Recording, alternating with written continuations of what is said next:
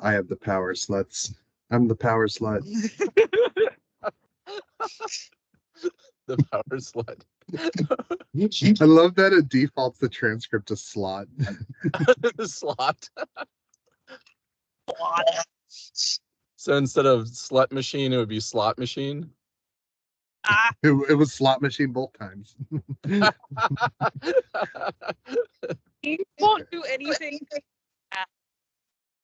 Like even if you search in gifs like die or dead, it won't give you. You gotta trick it. Actually, I think you can go in like the admin side and change the filters. So they can do it. The advanced admins can send death gifts. I'm a global admin in 365. Yeah, both of us are. Maybe we can like make it so that we can say dirty words. Team up together. Yeah. Can you make it so I can look up item numbers on other people's websites? Maybe. I find that very frustrating when I have to research a supply and I'm like, oh, cool, this dealer sells it. And I click on it and it's blocked. I'm like, son of a bitch. I had to go to the next one, also blocked. I'm just like, like wait, I need these things all the time. You should tell Juan, be like, Juan. You should allow any site that you can check out at. I need access to that.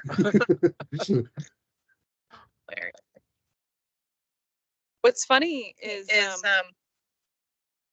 I was trying to look up something put on my phone, but I'm connected to the Wi-Fi, and so I went to the website and it blocked. But if I open the app, my phone totally fine. Oh, really? Yeah. And I didn't know that because I usually just use my phone. Was this Amazon that you were trying to go to? Ulta. Mm. But I didn't realize it was blocked because I usually use the app. Oh, I see. Huh. So if you ever want to buy anything on Ulta while you're at work, on your phone. Is that so? They sell like shampoo and cleaning, like body cleaning products. So it's all like hair products, makeup, skin products. Kind of like Sephora, but not just makeup. I think Sephora is branching out too, but Sephora does all the same type of stuff, but they both will have like specific partnerships with certain brands. So you might find one brand at Ulta, but not at Sephora, and vice versa. Or they'll have the same brand, but some products are under that brand are only at one or the other. Okay. Yeah, but they do sell like other stuff. Gotcha. That's like Also, as complex as like collecting cards. Yes. So like I shop at both, and I have to remember, okay, I can only get this at Sephora, or I can only get this at Ulta. And Ulta's a little bit more accessible because they have like standalone brick and mortars, whereas Sephora is usually in malls. So yeah, there's an Ulta right up the street from me at the Forum. Yeah. Yep, I've been to that one. That your Ulta? No, it's not. The one in Johns Creek is closer to me. I really want to try to figure out where you're driving by like the little bit of information I'm getting, but I don't think you're going home. You can't be in Atlanta, not with this many trees and houses. You must be going to your parents. So I don't know those roads. No, I am actually. Yeah, I usually will go to my parents on like a Thursday, to just like check up on them. But today is Wednesday, so I am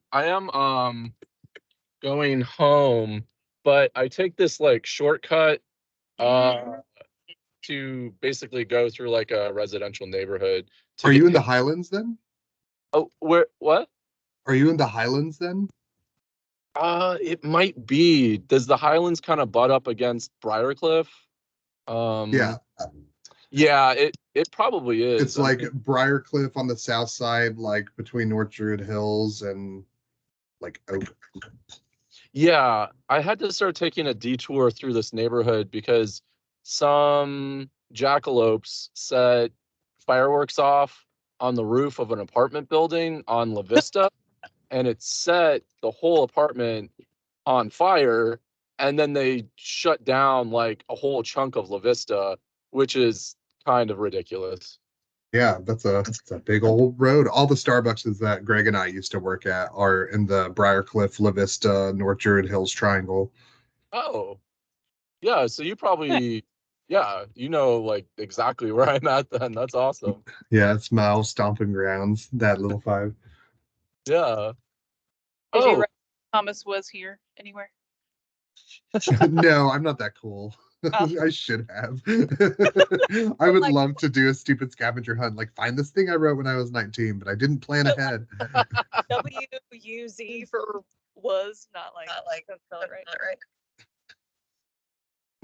And I'm just sad that the cupcake shop, like in North Highland, closed down. That shit was delicious. Oh. It's okay. Cupcakes were very like early 2000s. True, no, it's cooking. Think. speaking of scavenger hunts, I want to do it. I want to do it as well. When are you guys available? What are you guys thinking? It would have to be in the new year. I Because That's cool. it's all holiday family obligations from here till Yeah. after New Year's Eve. that's what I was kind of banking on, honestly. I want to invite some of Kelly's coworkers as well and kind of mix it up, which I think would be really cool. Yeah. So like second weekend of January, would that give everyone enough time to plan? Yeah. I think so. I can't really look at my calendar. But Okay. I definitely want to do it. In fact, we were down like in Atlanta on Friday. Mhm. And I guess we passed this point. But Bo was like, "Oh man, that scavenger." And I was like, "Another one. We really want." So. Oh, I like that Bo brought it up. Yeah, I do. know. We both like puzzly stuff. Oh, okay. Okay. Nice. A scavenger hunt. Especially when you're among dead people. Well, he'll be happy to hear we don't have but one scavenger hunt, but two, because I also bought the one that was designed for small children. So Oh, really? Perfect. yeah. The difference between the two, and I bought one designed for like the Girl Scouts. So Nice. Nice. oh So god. I'm really interested to hear your thoughts so far, Jeremy. Oh, I'm interested to hear my thoughts as well. I have so many questions. So many questions. I wanted to start off by saying I'm 50% through the first book, and it really does feel like she's been living inside this world for maybe like 10 to 15 years and then just put it all on paper.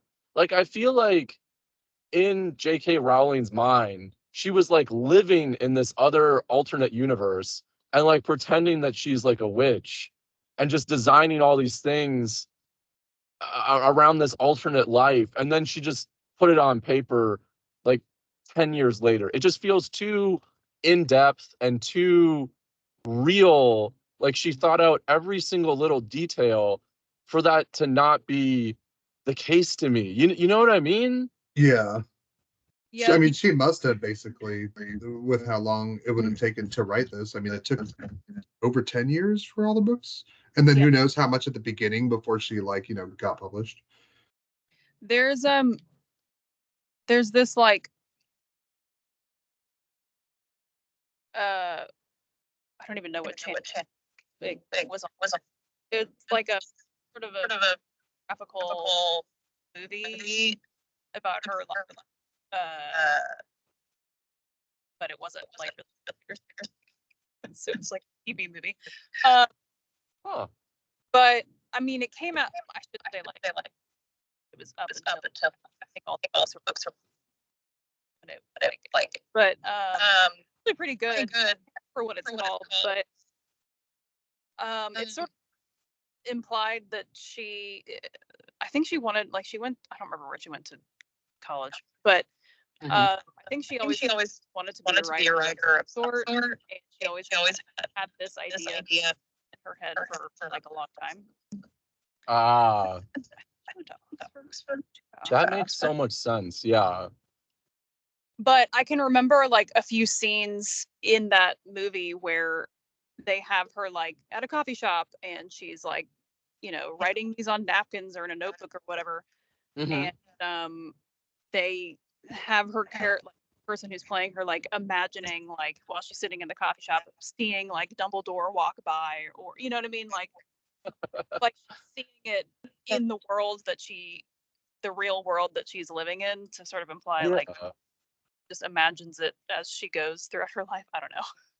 I know that there was one specific coffee shop that like she wrote the first book at, that like she attributed to most of the writing happening there, because it was like almost like a pilgrimage spot, like to go there and get coffee, like where Sorcerer's Stone was written.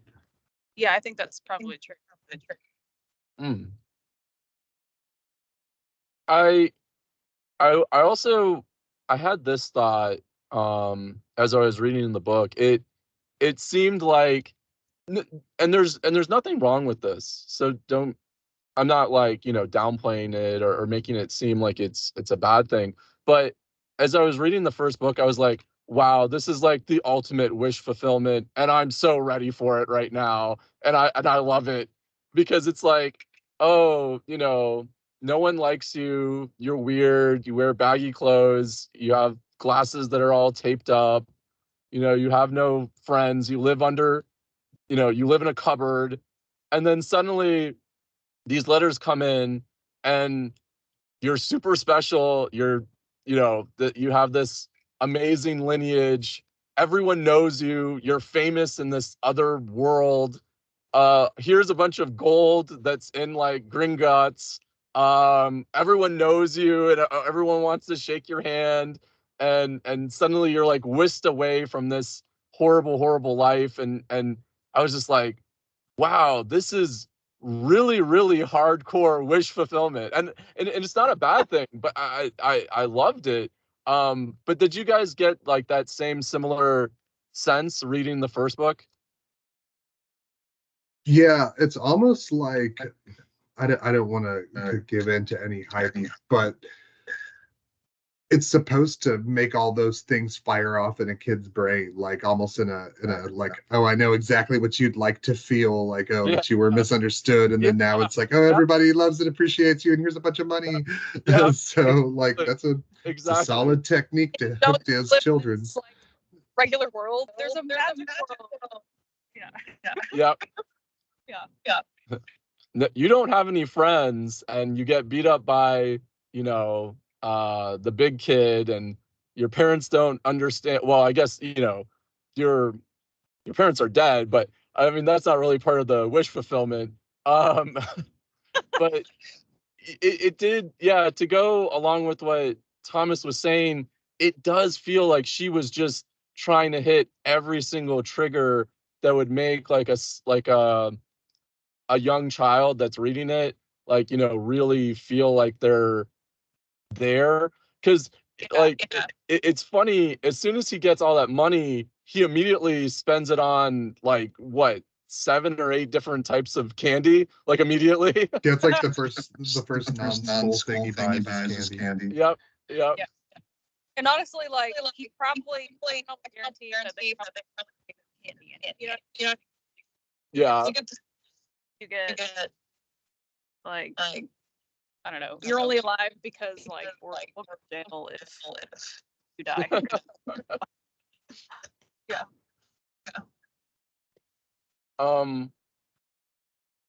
I did have a question. So when he opens up the candy, maybe it was the chocolate frogs, he gets a trading card. And you're trying to collect all the different trading cards, and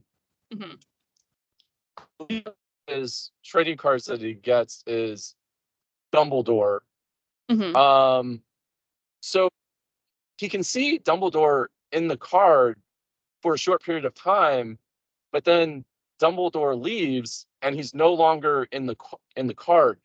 Is that like when he looks at the card, is that actually Dumbledore? Is like Dumbledore aware of him? Can he see Harry through the card and then he chooses to leave and go somewhere else? Is that like almost like a hologram of Dumbledore? Like what is that that's looking back at him when he's looking at the trading card? So I think I can't remember the book, but I would say like in the movie he disappeared. Mm-hmm. I think it's Hermione that's like no, maybe it's Ron. One of them is like, oh yeah, well he can't hang around. Gotta like. Yes, that was the exact line. Yep, he can't hang forever. Yep. I think I think it's implied that that's actually Dumbledore. I don't know though if he would also then be able to see Harry or whoever has the card in front of him, you know? Yeah. So yeah, I don't know. That's a good question. But I think know in the like universe that any any painting that's done by a magical person like animates. And so like the Dumbledore like painting on there it's not like the actual Dumbledore. Like I don't think Dumbledore could look at a painting and, you know, see through like the other versions of him, but they are almost like holograms, like avatars, and they can actually go and visit other frames of themselves. That's true. That's true. They can leave their painting. Yeah. Oh, I forgot about that. Because they can like go. Yeah. There's like the. Oh wait. Well, I don't know. I don't know where. I don't. We can't spoil anything. No, spoil it. It's fine. They can leave their painting. Okay. But they have like, I guess sort of, even if it's not the real person, like actually Dumbledore, he's gonna go do other things. Because he's conscious. He's like sentient in the painting. Yeah. Even if it's not physically him, you know. Almost like an after image of him. Like an apparition. Yeah. Yeah. That kind of makes more sense to me, because at first I thought it was like actually the person. But like how Thomas describes it, almost like a hologram, where it is sentient, it acts like the person, it moves around, it's aware of you, but it's not necessarily like the person, you know? Yeah, it's not. And it almost like implies like later on that it becomes more of them when the person's died. Like there's nothing in the books that say that, but that's something that you kind of see like throughout the books, which I think is cool. Yeah. Like there's a painting in a house of a like very like racist wizard rule like old witch, and like her painting is like not a nice person. Like she's a rotten old racist lady in this painting. You know, Muggle racist. She raised like wizards versus Muggles. Huh. Oh, okay. Oh, so she's racist against Muggles. Yeah. Right. Oh, okay. Gotcha. I thought you meant like racist. No, like Harry Potter racist. other ways too. Gotcha. But that is a common thing. Huh. And it's I- interesting too, because they say that they can visit other frames of themselves, but I feel like there's ones at Hogwarts that go into like the frames that are adjacent to them. Yeah, they I can. don't know. I'll have to pay attention to that. I wonder if that's just Hogwarts that can do that. I'm pretty sure. Well, I don't know. I guess if it's something outside of Hogwarts, I'm not really sure. But I do know in the hall that paintings, they can move from like frame to frame next to each Yeah. other, which is kind of cool. And I want a story that's just like paintings, like the shit that they get up to. Give me just paintings like.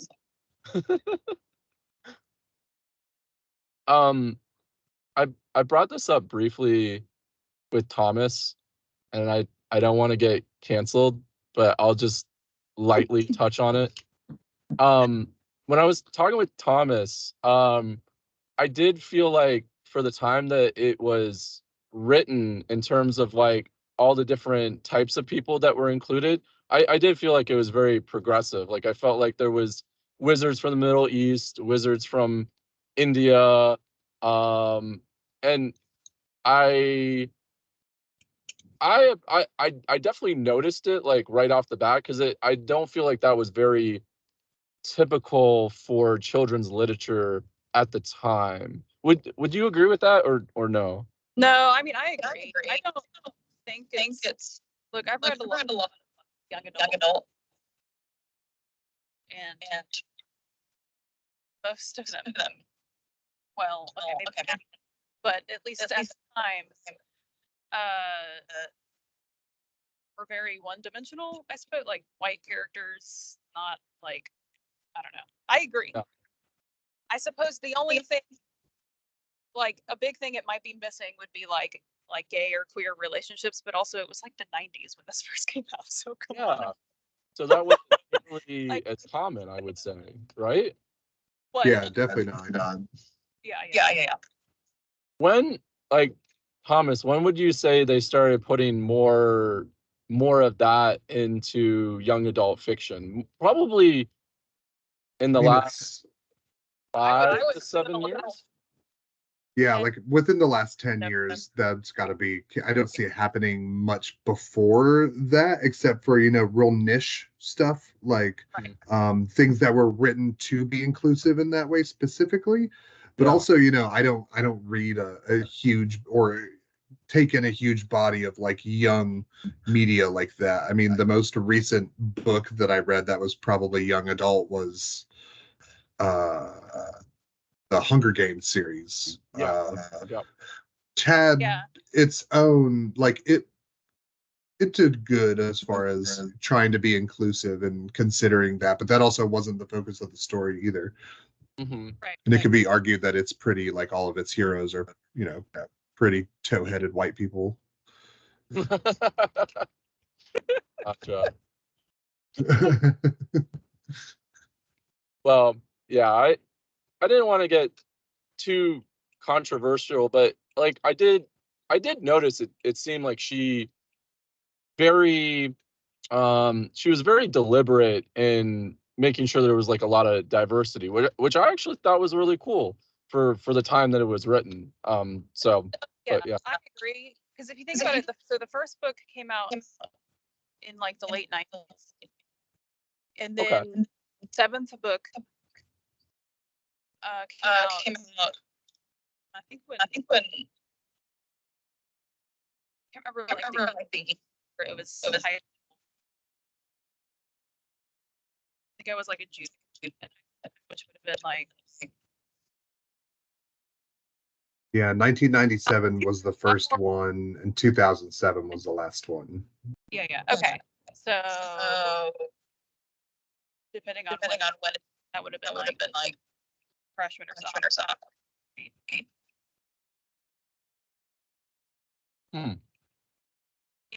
That's like I don't know.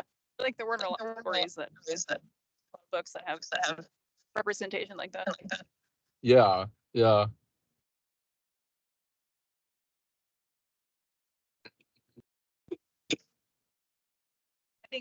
don't know. I think people want to be nitpicky. There's some people. Yeah, I think I believe some people just want to be outraged and they're looking for things to be upset about, and that's like their jam. So Yeah. I mean, I'm definitely like will be mad about everything. What it is, they'll find something wrong with someone or something, and it's just like I can't. yeah. Too much negativity for mine. I feel like with both of you, neither one of you, when you're like taking in media, whether it's like a movie or poem or music or story, I don't feel like either one of you is really nitpicky like that, where you're like looking for stuff to be upset about, which I actually appreciate. Because not everyone that discusses literature is like that. So Yeah, I just don't really see the value in like actively looking for what's wrong, because I feel like if you are, I mean, you'll find it, but for me at least, I don't really see the point. Yeah, like if I'm gonna find something, if my goal is to find something wrong with something, like I'm less likely to enjoy it. Yeah, you're starting from the wrong vantage to like be taking in entertainment. Right. yeah, I want to, like, if I'm entertainment in some way, I want to not. Yeah. I kind of got in. Well, I guess I got so used to discussing books with you guys. I was at a Dungeons and Dragons campaign, and I was like, "Oh, I just finished Chronicles of Narnia," and then someone was like, "Oh yeah, I love the Chronicles of Narnia, except for what they did with Susan." And and what was implied with Susan and Christianity, and I was like, oh no, like I don't want to go down this route, because they were like livid about it, and I was like, oh no. I think a lot of people like to be edgy too. So like when you talk about something, if they know about something controversial, that's going to be the thing that they discuss about it. And like I get it. I like shock value stuff. Like some of my favorite ways to interact with people is surprising them. But that's not like a necessarily a fun and nice way to be like, oh, you like this thing too? Now I'm going to shit on it. I found out about it. Like, so one of my favorite movies, not my favorite movie, Studio or Miyazaki movie, My Neighbor Totoro. And whenever I bring that up, first off, if anybody even knows what the movie is, but if I bring it up, 99% of the movie is, they're like, oh yeah, did you choose a fear like their mom actually died, and Totoro is just like the spirit that took her away or something like that. I don't know. It's some like, if you go Google it, it'll give you some like fan theory about the movie or whatever. What? And I'm like, yes, I do know that theory, but like it's just a like good, cute, happy movie for little girls that have a sick mom. And I don't bring that into it. Huh. Did you know about this, Thomas? I've never heard about that. I just watched My Neighbor Totoro like a couple months ago for the first time. Yeah, I've never heard of this.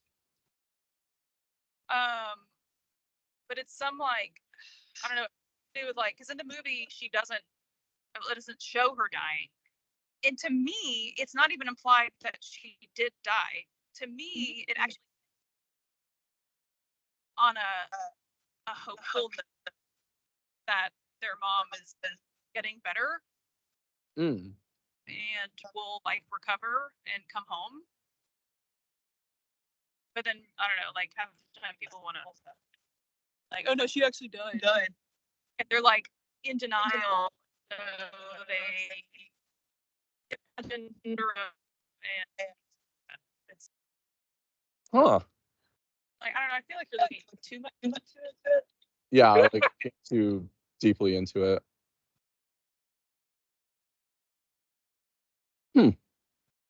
I'm sure we could Reddit dive and get super Oh, you disappointed. probably could.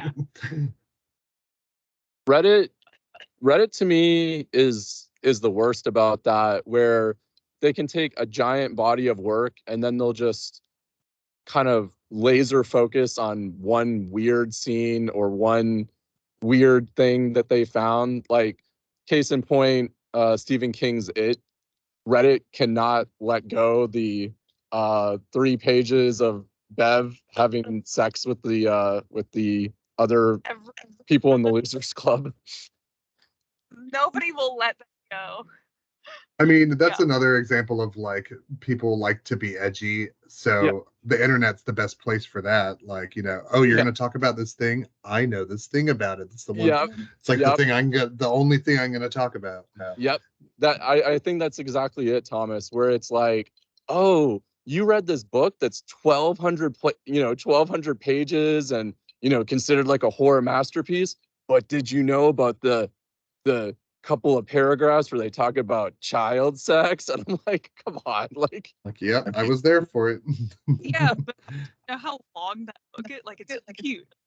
yeah, you have to really, really dial in on that one thing. And there's so many things in that story that are way more messed up than that, in my opinion. Yeah. As far as like the disturbed factor. Yeah, absolutely. Yeah. My theory has always been, it was implied that Beverly was being sexually abused by her father, and that was almost like her way of fighting back against that abuse. Kind of similar to I never thought about that, but that's an interesting theory. Yeah, I've had that theory for a while. Oh, sorry. Were you gonna say something, Christy? No, I was just saying I think all that hurt. Yeah. When I remember going through it, and I felt like each member of the Losers Club had something that they had to overcome, like your stutter. Like, to overcome his stutter, he had to repeat that phrase, and then when he repeated that phrase, that helped him defeat it. And then and there was another character that dealt with obesity, and that was like his thing to overcome. And then when he did, it felt like that was his way of fighting back against the monster. That's how I had always interpreted, like, Beverly being sexually abused, and then that was like her way of, I guess, kind of fighting back by having sex with Sort of over. Right. It's weird to look at it that way, but I see what you mean, because so for sexually abused, it can become extremely hard as an adult to have like a healthy sexual relationship with someone. Mm-hmm. Because you've got the like trauma from childhood. So Yeah. In a way, like overcoming that and sort of back for herself in a way. That's how I had always interpreted it. But like, I've almost been kind of scared to put that theory out there, because it does involve child sex, and it almost views child sex in like a good light. So I've been kind of nervous about putting that theory out there, but I feel like it has legs, just from the fact that I think all of them had some sort of weird hang up that they were battling against. No. Yeah. No, I agree. It is weird to sort of look at that and, I guess, make a justification if that's what you could call it, or Right. because they are still kids, and Yeah, Yeah. exactly. You don't want to. Difficult. Yeah. Want to get a label, like, well, I think that child sex scene was great. It's like, oh, don't label me. I am. Yeah. When that happens in Harry Potter, you're gonna be very surprised. I'm Wait, kidding. what? It doesn't happen. Harry gets down? Is No he one is gets he down. Harry the gets cauldron? I'm sorry I did this.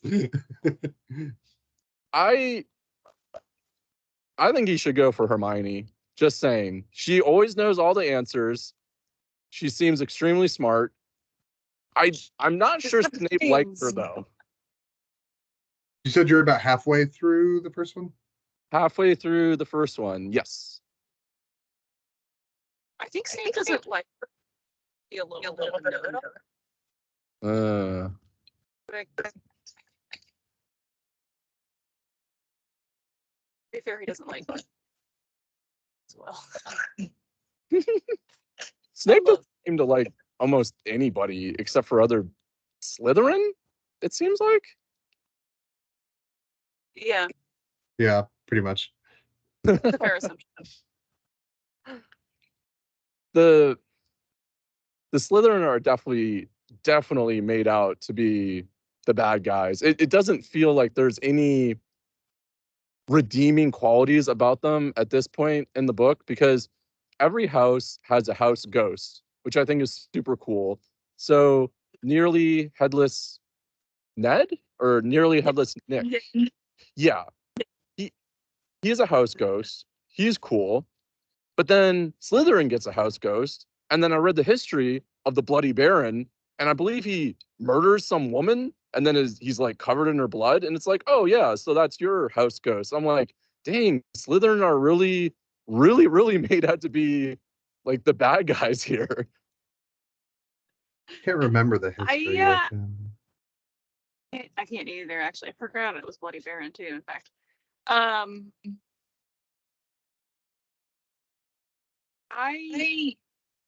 want to say, yeah, throughout the entire series, the sort of general sentiment is that Slytherin is bad, Gryffindor is good.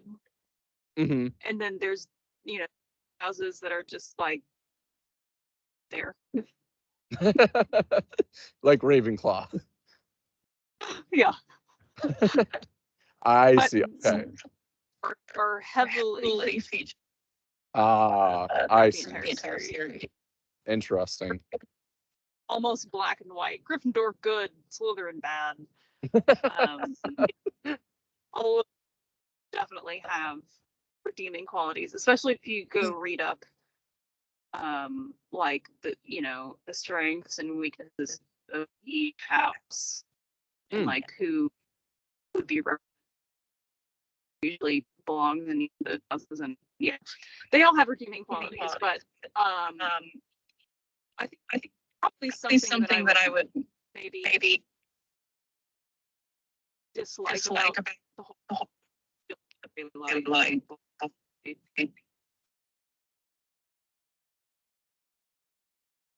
and so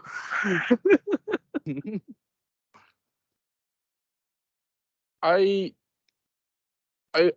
was hoping for a little bit more gray area where I didn't want Slytherin to just seem like straight up monsters. I wanted there to be like some Slytherin that are kind of cool, and not super stuck up, but that hasn't manifested yet. So I mean, there are, but not right now at Hogwarts. Like, it's very one-sided. Because you meet some characters that are like, oh, they're Slytherin, they're really cool. But right now, like, it's very like Slytherins don't like Gryffindors, and we're looking at this from a Gryffindor's perspective. So. Yeah, that's what it felt like. That's what it felt like. Early on, it is a pretty hard. The further you get, it gets a little bit more gray.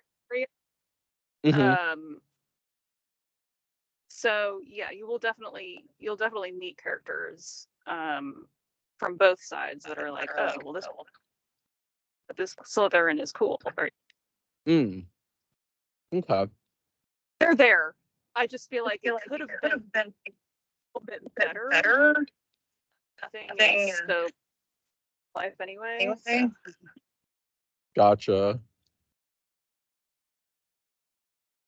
Yeah. Peeves is not a ghost. Peeves is a poltergeist. He is yeah. There's a big difference. Gets And into shenanigans. yes. And when Hogwarts was first created, he came with it. So no one knows Yep. where he even came from. Nope. I wish Peeves were in the movie. Yes. Yes. It makes me so sad. That's one character that I'm like, he would be so great. He features pretty prominently in the video game. So when Christy plays it, I think you'll really get a kick out of that. You know, he's always trying to get you caught while you're sneaking around, very similar to the books. Yeah. Okay, good.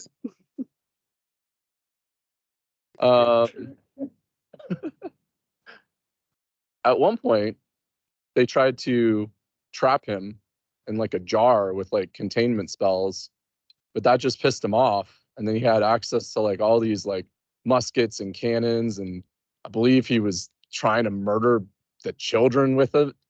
And then he made a deal That sounds right. with like a head mistress, and the deal was like once a week he gets to swim in the toilet, and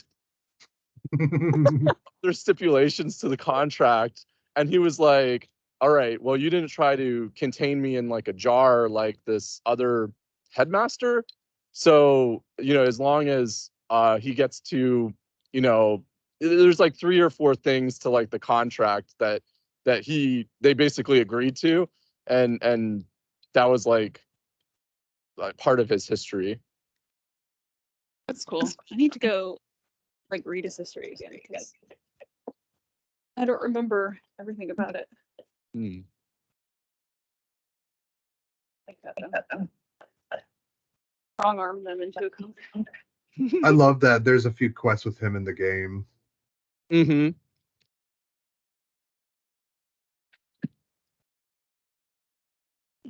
Yeah, he messes them up a couple times, like in the game and in the book. Yep. Yep. Peeves is probably the most disappointing thing about the movies, is the movies do not have Peeves. Is that he's not in it? Yeah. I would I agree. think he might make an appearance in the first one. I can't I know remember. I know nearly headless Nick makes an appearance in the film. And then that's it. He's not in any of it.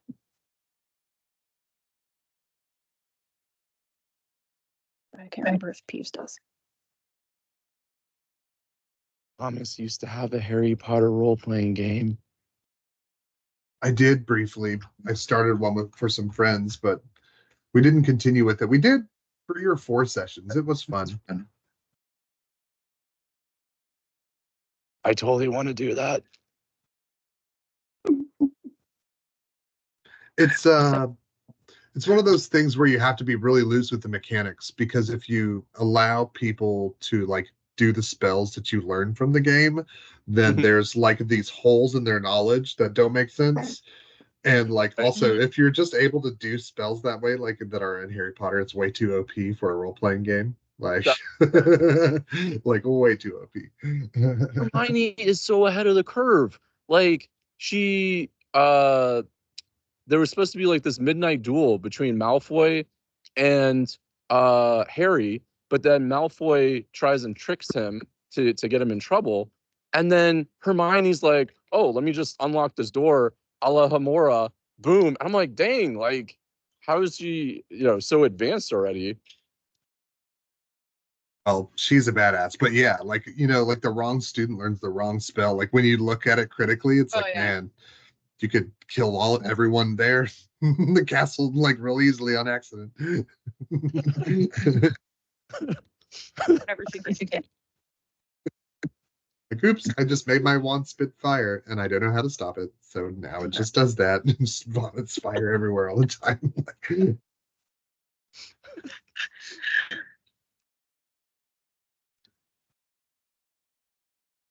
Thomas, it's your old stomping ground. Stomp, stomp. You're above my old stomping ground. I was never that high. I'm like Batman. Not physically, you weren't. No, not. It's true. It's a good point. Now I want to go to have sushi because I know you're near Rusan's. Yeah. Come meet up with us. Sushi.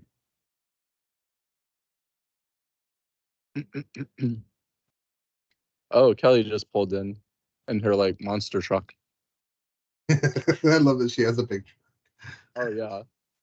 I think it's got to be hard to drive in Atlanta. Maybe not hard, but Surprisingly nimble. that's good. And the good thing about having a big truck in Atlanta is like even though the lanes are narrow and stuff, like you don't have to worry about like, no, I went over the curve a little bit because you're just trucking. Oops. Yeah. Plus she has like a tent on the back, so even if like we get stranded somewhere, she just like pops the tent and like, oh, we're sleeping here. We live here now. Yeah, we live here now.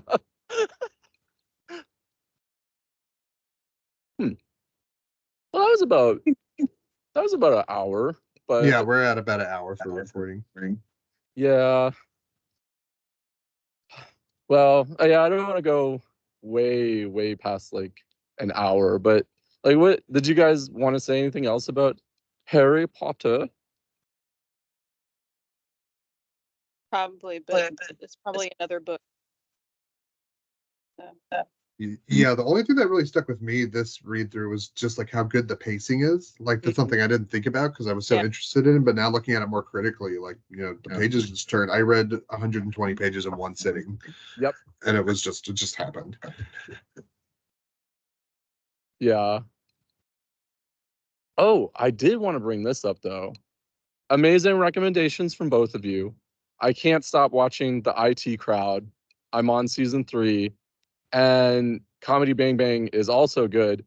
Not quite as good as the IT Crowd yet, because I love Moss so much. But Yeah. yeah, but really good recommendations. Yeah, Comedy Bang Bang is. There might be times where you kind of gotta be for it. Mm-hmm. There's some weird moments, but if you can sort of get into the flow of what the show is like, then you're like, you know what to expect, basically. Even if you don't know what to expect as far as like what's gonna happen or what kind of character is gonna come on. Mm-hmm. But, it's fantastic. I need to find a place to watch it on. I need to watch it. Are you just pirating it? Yes, I am. Call me a pirate. Yar.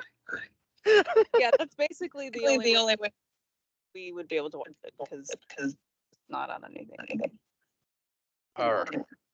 I can send ye a link. Send me a link, friend. Yar.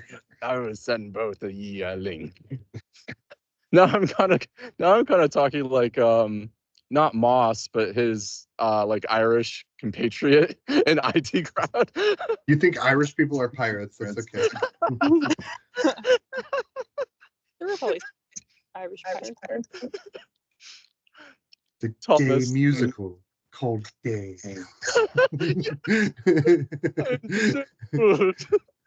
What's wrong with you? I'm disabled. Like disabled. What happened to your wheelchair? Somebody stole it. What did it look like? Beard, red beard and glasses. Yeah. Do you notice the police find a guy that fits his description later on in the episode and pull him to the side? when they try to become men and they start watching football and it's like, oh, having a laugh, eh? Oh, having a laugh. Unbelievable. Absolute insanity. That's one of the best episodes. They're all the best episodes. That whole show is so cool. Yeah. Have you seen it, Christy? No, I haven't. What is it? I think The IT Crowd. It's an English IT group. That's right. Yeah, it's so funny. Yeah, I now also highly recommend it. I don't. That's one of the shows like I've never laughed that hard before. 011899988199991197253. 3. Sorry, Christy. No, we're just gonna just do lines from the show over and over. That's basically my like humor. Is it's all referential. That's all I got. All right. Well, everyone I'm sure is hungry now. And so signing off. Bye, sluts. Bye, sluts. Bye. Bye, Thomas.